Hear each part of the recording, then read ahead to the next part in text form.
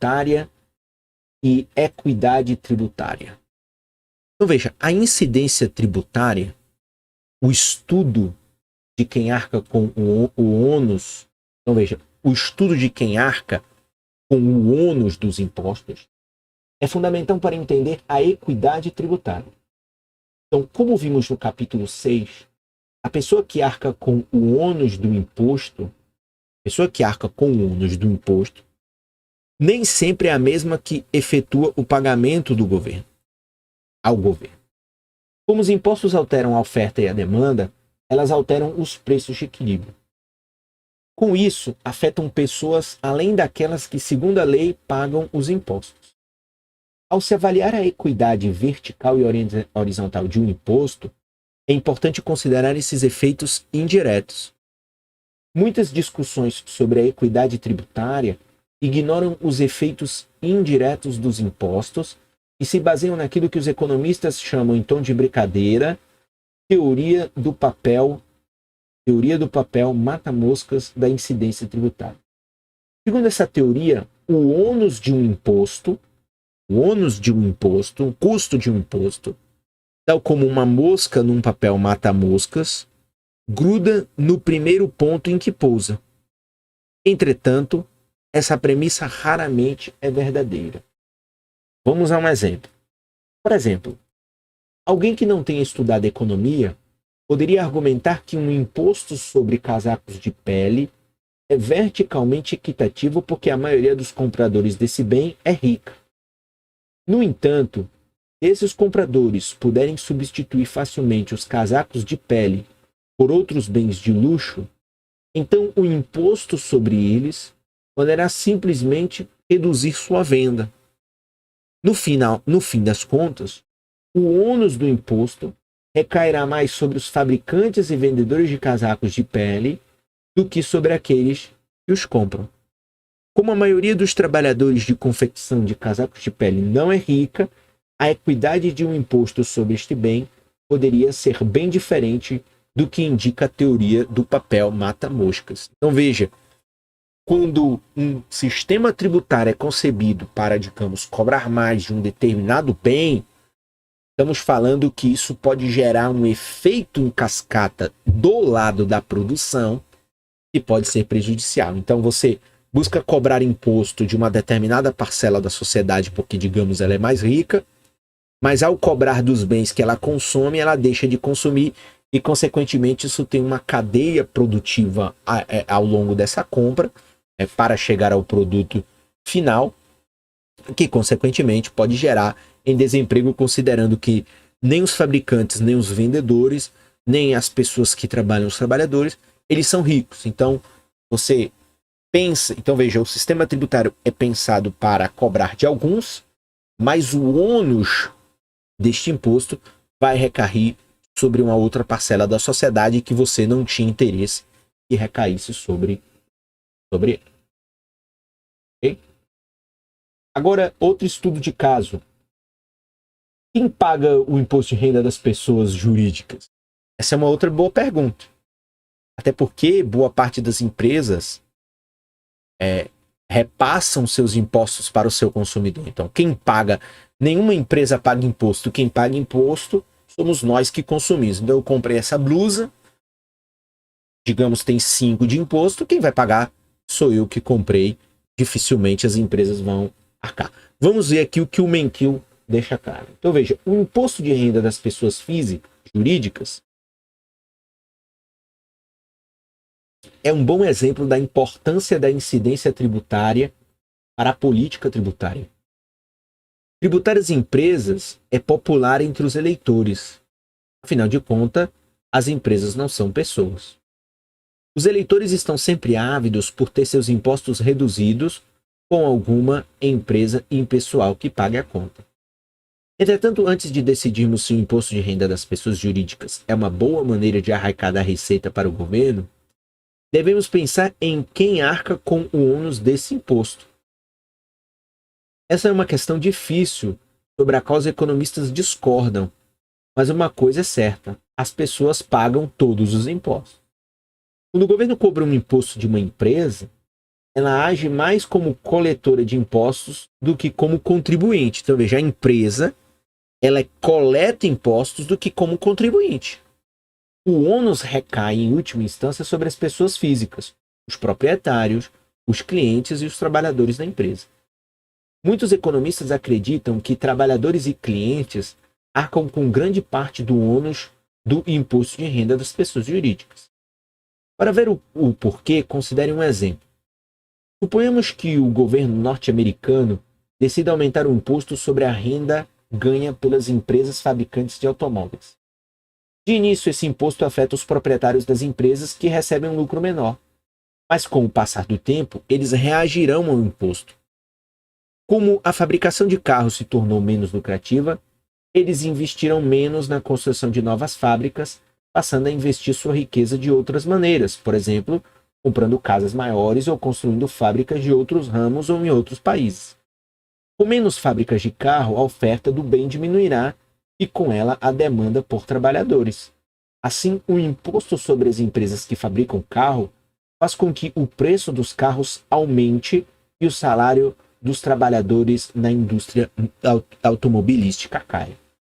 O imposto de renda das pessoas jurídicas mostra como pode ser perigosa a teoria do papel mata-moscas da incidência tributária. O imposto de renda das pessoas jurídicas é popular, em parte, porque parece ser pago por empresas ricas. Mas as pessoas que realmente arcam com o ônus final do imposto, os clientes e trabalhadores da empresa, muitas vezes não são ricas. Se a verdadeira incidência do imposto sobre as empresas fosse mais bem conhecida, o imposto ele seria menos popular entre os leitores. E aí, aqui eu concordo com Menkil. As empresas, elas repassam o máximo que elas puderem. Elas podem, num primeiro momento, assumir, mas no segundo momento, elas não vão arcar com a conta. Então, se uma empresa quer 30% de lucro, ela vai continuar tendo 30% de lucro, porque ônus a mais, custos a mais, ela vai repassar para o seu cliente, mesmo que a gente esteja diante de, digamos, um mercado competitivo. O mercado competitivo pode limitar algumas coisas, mas quando o movimento é geral, como por exemplo o movimento inflacionário, você vai ter o repasse do custo para todos os clientes ou inclusive para trabalhadores, porque os impostos fazem com que a rentabilidade caia. Então, é fundamental que isso seja levado em consideração.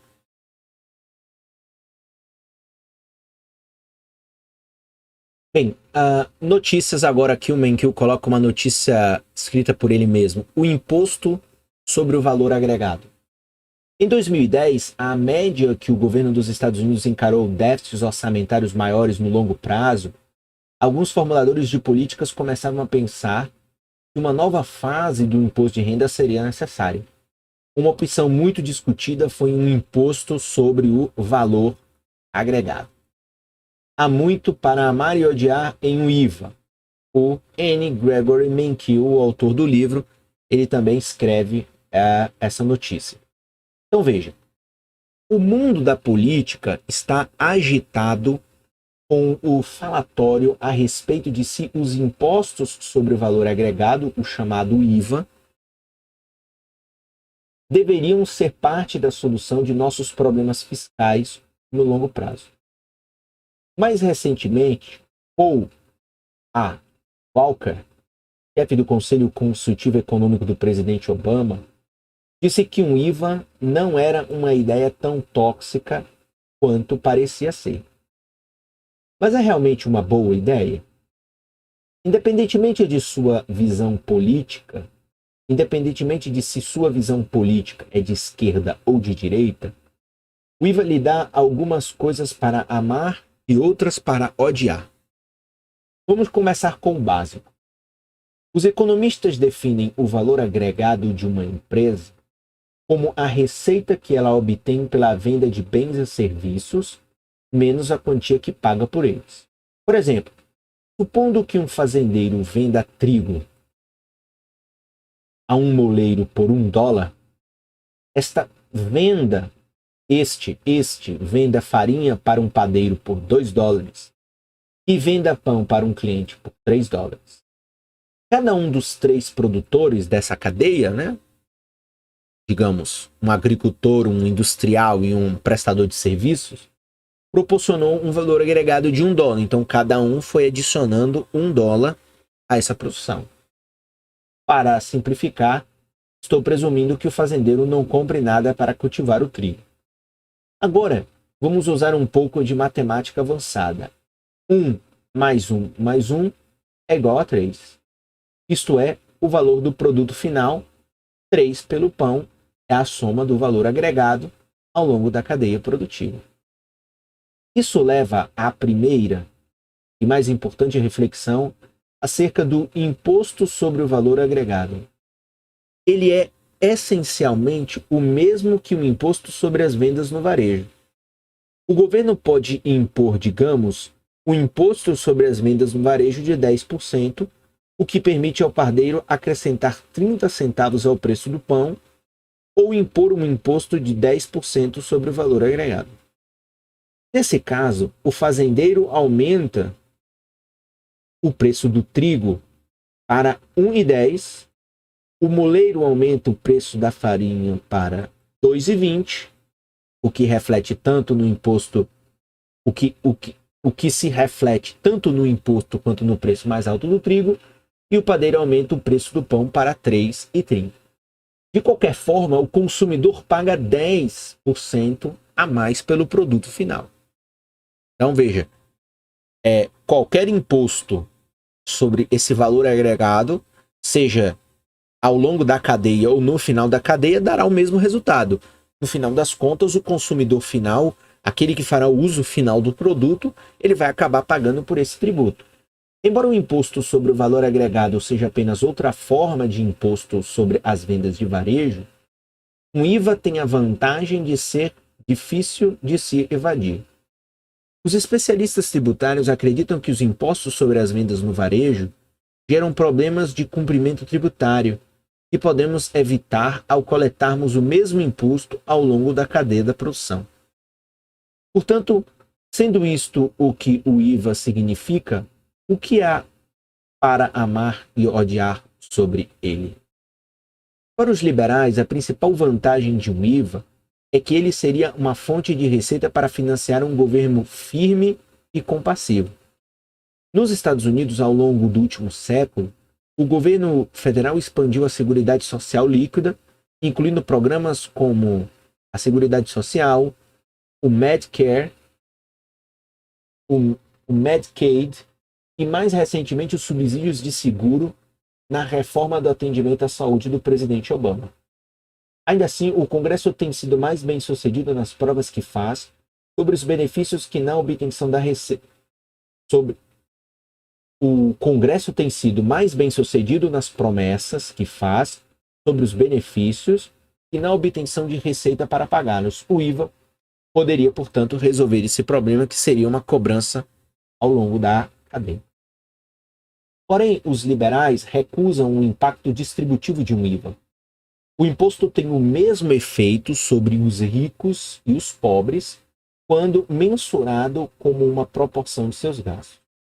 Contudo, pelo fato de as famílias com altas rendas economizarem uma fração maior de seu ganho, elas pagam uma fração menor de sua renda.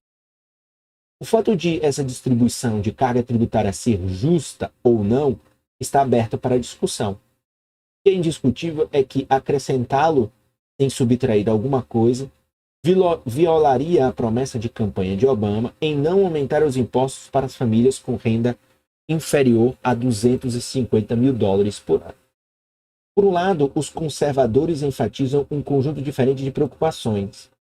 Para eles, a principal desvantagem de um IVA é que ele seria uma fonte de receita para financiar um governo grande e intruso.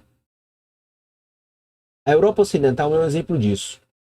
Muitos países têm grandes governos financiados em parte pelos impostos sobre o valor agregado. Os europeus também trabalham menos que os norte-americanos, o que resulta em uma renda individual menor. Enquanto é difícil classificar a causa e o efeito entre essas diferenças internacionais, muitos conservadores concordam com Edward C. Prescott, Prêmio Nobel de Economia, cujas pesquisas sugerem que a renda mais baixa da Europa é altamente tributável às suas alíquotas mais altas. Por outro lado, os conservadores argumentam há muito tempo que o sistema fiscal norte-americano é extremamente ineficiente e impede que a capacidade econômica alcance seu pleno potencial. Afirmam que a tributação do consumo é melhor que o imposto de renda, e o imposto sobre o valor agregado faz exatamente isso. Além do mais, um IVA é o equivalente do imposto único que os conservadores por vezes defendem. Para entender por que isso acontece, imagine que começamos com um IVA. Então, adicionamos um artifício permitindo que as empresas deduzam os salários além do custo de bens e serviços. Também exigimos que as famílias paguem um imposto sobre os rendimentos do trabalho. Além de transferirmos a responsabilidade do imposto sobre os salários das empresas para as famílias, pode parecer que não fizemos nada de significativo. De fato, não fizemos. Mas o novo sistema tributário não seria mais o IVA, seria o Imposto Único que Robert E. Hall e Alvin Rabuska haviam proposto em 1981. Então, por que, se esses dois sistemas tributários são realmente os mesmos, os conservadores são atraídos pelo Imposto Único e rejeitam o IVA? Porque o Imposto Único normalmente é proposto como um substituto para o nosso sistema tributário atual, ao passo que o IVA é sugerido como um acréscimo a ele. A conclusão de ambas as perspectivas políticas, portanto de esquerda, de direita, de centro, é que o IVA não é bom nem mal. Trata-se apenas de uma ferramenta. Podemos utilizá-los para promover um governo maior, um sistema tributário mais eficiente ou uma combinação dos dois. O que será a questão-chave do próximo debate. Uma reportagem aí do Menkil, publicada no The New York Times em 2010.